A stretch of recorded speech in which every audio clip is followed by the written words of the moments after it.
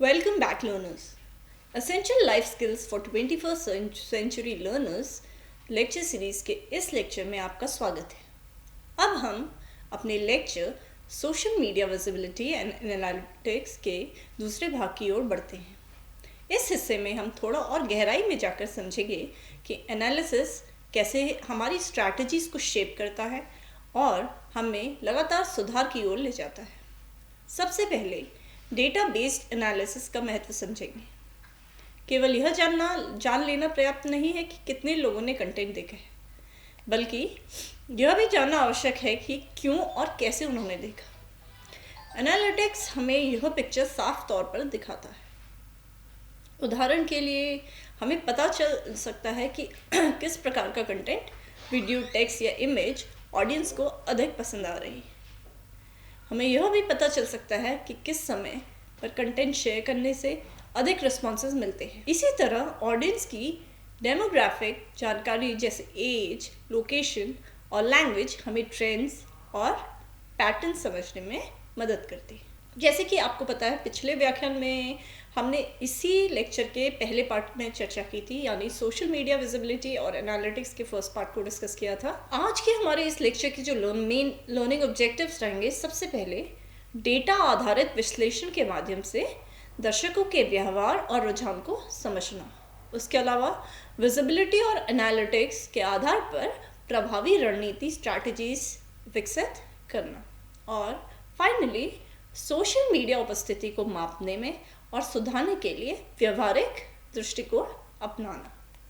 Data आधारित विश्लेषण का महत्व। डेटा हमें दर्शकों की पसंद और व्यवहार की वास्तविक तस्वीर देता है। यह केवल कितने लोगों ने पोस्ट देखी है यह सीमित नहीं है, बल्कि क्यों और कैसे देखा गया है यह भी समझने में हमारी मदद करता है। दर्शकों के व्यवहार की पहचान। कौन से कंटेंट पर ज़्यादा क्लिक होते हैं, किस समय पोस्ट करने से अधिक प्रतिक्रियाएं या अधिक रिएक्शंस हमें मिलते हैं। दर्शक वीडियो, टेक्स्ट या इमेज किसे अधिक पसंद करते हैं। उसके जो रुझान या ट्रेंड्स को पहचानना, जैसे कि समय के साथ दर्शकों की पसंद बदलती है, ये हमें पता होना चाहिए, और वो जो चेंजिंग ट्रेंड है वो हमें स्पॉट करना आना चाहिए या हमें उसको आइडेंटिफाई करना आना चाहिए। हैशटैग और ट्रेंडिंग टॉपिक्स का अध्ययन वो ज़रूरी है। अगर हम सोशल मीडिया के रेगुलर यूज़र हैं, हम उसे एज एन प्रोफेशनल यूज़ कर रहे हैं, तो हमें जो हैश टैगिंग या ट्रेंडिंग टॉपिक्स है उनका अध्ययन करना की नॉलेज या ये इन्फॉर्मेशन हमें होनी चाहिए कि हमें किस तरह उसका अध्ययन करना है।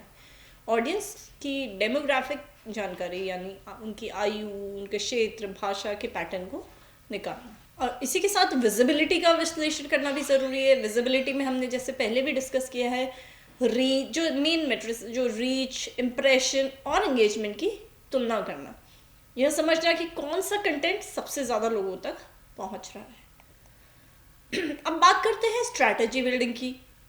एनालिटिक्स रिपोर्ट की मदद से हम हाई एंगेजमेंट वाले पोस्ट की पहचान कर सकते हैं और उसी तरह के और पोस्ट बना सकते हैं। हम यह तय कर सकते हैं कि किस प्लेटफॉर्म और किस समय पर पोस्ट करना सबसे प्रभावी है। साथ ही पेड और ऑर्गेनिक रीच के बीच बैलेंस बनाना आना चाहिए, वो हम सीख सकते हैं। निरंतर सुधार। देखिए, कंटिन्यूस इम्प्रूवमेंट हमेशा इम्पॉर्टेंट है, हर फील्ड में इम्पॉर्टेंट है, तो इसी तरह यहाँ भी इसकी इम्पोर्टेंस है। सबसे पहले देखिए, प्रत्येक कैंपेन के बाद एनालिटिक्स रिपोर्ट हमें देखनी चाहिए, उस पर हमें उसकी स्टडी करनी चाहिए, उसका एनालिसिस करना चाहिए। कमज़ोर रणनीतियों को सुधारना, जो हमारी वीक स्ट्रैटेजीज है, जिससे हमें लग रहा है, हम स्पॉट कर सकते हैं, अगर हम अच्छी तरह एनालाइज करेंगे चीज़ें तो हम स्पॉट कर सकते हैं कि ये पर्टिकुलर स्ट्रैटेजी हमारी वीक है, ये उतनी सक्सेस नहीं हमें दिला पा रही है, तो उनको हमें इम्प्रूव करना चाहिए और जो भी नए विचार हैं उन्हें अपनाना चाहिए। और फाइनली A/B टेस्टिंग का हमें इस फील्ड में प्रयोग करना चाहिए, कि जो कि हमें हेल्प करे कि हम इस चीज़ को फिगर आउट कर रहे हैं कि हमारे कौन सा वर्जन बेटर परफॉर्म कर रहे हैं। और अगर हम बात करें सोशल मीडिया उपस्थिति को मापने और सुधारने की, तो इसमें सबसे इम्पोर्टेंट है की परफॉर्मेंस इंडिकेटर्स तय करना। हमें ये तय करना ज़रूरी है कि हमारे की परफॉर्मेंस इंडिकेटर्स है क्या। जैसे अगर हम बात करें, इसमें हम अपने एनालिसिस टूल्स का यूज़ कर सकते हैं, जो हमने ऑलरेडी डिस्कस किए हैं। गूगल एनालिटिक्स का यूज़ कर सकते हैं, या मेटा इंसाइट्स या होटसूट, इन टूल्स का यूज़ करके हम एनालाइज कर सकते हैं। और फॉलोअर्स ग्रोथ पे हमें फोकस करना पड़ेगा कि हमारे फॉलोअर्स बढ़े, एंगेजमेंट रेट बढ़े, कन्वर्जन रेट अपना ये सब हमें ये सारे जो फैक्टर्स हैं इनको कैलकुलेट करने की नॉलेज होनी चाहिए as a social media user और सोशल मीडिया प्रोफेशनल यूज़र। हम एज एन प्रोफेशनल अगर उसको यूज़ कर रहे हैं, नियमित रूप से कंटेंट कैलेंडर तैयार करना, दर्शकों की फीडबैक और टिप्पणी पर भी हमें ध्यान देना चाहिए, और उसके अलावा कॉम्पिटिटर्स का विश्लेषण करना भी हमें आना चाहिए। तो भविष्य की ओर नज़र डालें तो सोशल मीडिया का स्वरूप और भी डायनामिक होता जा रहा है। शॉर्ट फॉर्म और जो भी इंटरैक्टिव वीडियोस जैसे कि टिकटॉक वीडियोस या इंस्टाग्राम में जो रील्स है एंड यूट्यूब शॉर्ट ऑडियंस का ध्यान खींच रही है। इसमें सबसे ज़्यादा प्रभावी हम देख रहे हैं कि ये शॉर्ट वीडियो सबसे ज़्यादा प्रभावी सिद्ध हो रहे हैं। इसके अलावा choose your path videos and shoppable live stream जैसे नए इंटरैक्टिव फॉर्मेट्स ऑडियंस को और भी ज़्यादा एंगेज कर रहे हैं। 2025 में प्राइवेसी और ट्रांसपेरेंसी नई सामाजिक मुद्रा बन गई है। अब यूजर्स केवल एंगेजिंग कंटेंट नहीं बल्कि यह भी देखना चाहते हैं कि उनका डेटा किस प्रकार इस्तेमाल हो रहा है। इसलिए डेटा प्रैक्टिसेस और में ट्रांसपेरेंसी और क्लियर प्राइवेसी पॉलिसीज के बिना सोशल मीडिया प्रेजेंस सस्टेनेबल नहीं हो सकती। तो इन्फ्लुएंसर मार्केटिंग का परिदृश्य भी बदल रहा है। अब मेगा इन्फ्लुएंसर्स की बजाय माइक्रो और नैनो इन्फ्लुएंसर्स ज़्यादा प्रभावशाली सिद्ध हो रहे हैं, क्योंकि उनका एंगेजमेंट अपने जो इम्पैक्टफुल ऑडियंस के साथ कहीं अधिक गहरा है।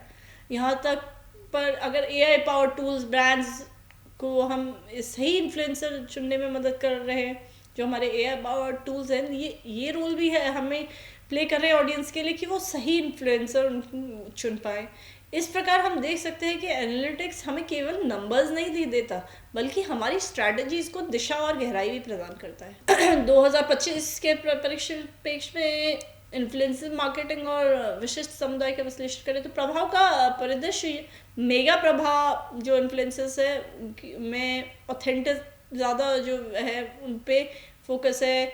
जो ऑथेंटिसिटी एक बहुत इम्पोर्टेंट फैक्टर है, तो मैटर करता है इन्फ्लुएंसर मार्केट में। इम्पैक्टफुल जो इन्फ्लुएंसर्स है उनका रोल मैटर करता है। प्लेटफॉर्म विशिष्ट सूक्ष्म और नैनो प्रभावशाली व्यक्ति की ओर एक महत्वपूर्ण बदलाव देखा जा सकता है। AI पावर्ड डिस्कवरीज यूज़ हो रही है। उसके अलावा इमर्जिंग प्लेटफॉर्म्स हैं जो कि जैसे कि ब्लू स्काई और रेडिट, इनका भी रोल बहुत इम्पोर्टेंट हो गया है। और ब्रांडों को व्यापक पहुंच की तुलना में वास्तविक संपर्क को प्राथमिकता देनी चाहिए तथा अधिक प्रभावशाली अभियान के लिए इन केंद्रित समुदायों के लाभ उठाया जा सके। 2025 तक सोशल मीडिया पर दृश्यता में महारत हासिल करना इसमें सबसे इम्पोर्टेंट है। Embrace AI powered strategies important है। अगर हमें सोशल मीडिया में अगर हमें विजिबिलिटी पानी है तो सबसे इम्पोर्टेंट चीज़ है एम्ब्रेस AI पावर्ड। आज प्रेजेंट सिनेरियो में हमें AI पावर्ड स्ट्रैटेजीज अपनानी ही पड़ेंगी। उसके अलावा प्रायोरिटाइज ऑथेंटिक स्टोरी टेलिंग, हमें ऐसी चीज़ें अपने कंटेंट में इन्वॉल्व करना होगा जो ऑथेंटिक है। हम ऐसे ही रैंडम चीज़ें अपने कंटेंट में ऑडियंस को नहीं प्रोवाइड करा सकते। Build trust through transparency, trust का फैक्टर हमेशा ट्रांसपेरेंसी होता है, तो ट्रांसपेरेंसी हमेशा बनी रहनी चाहिए।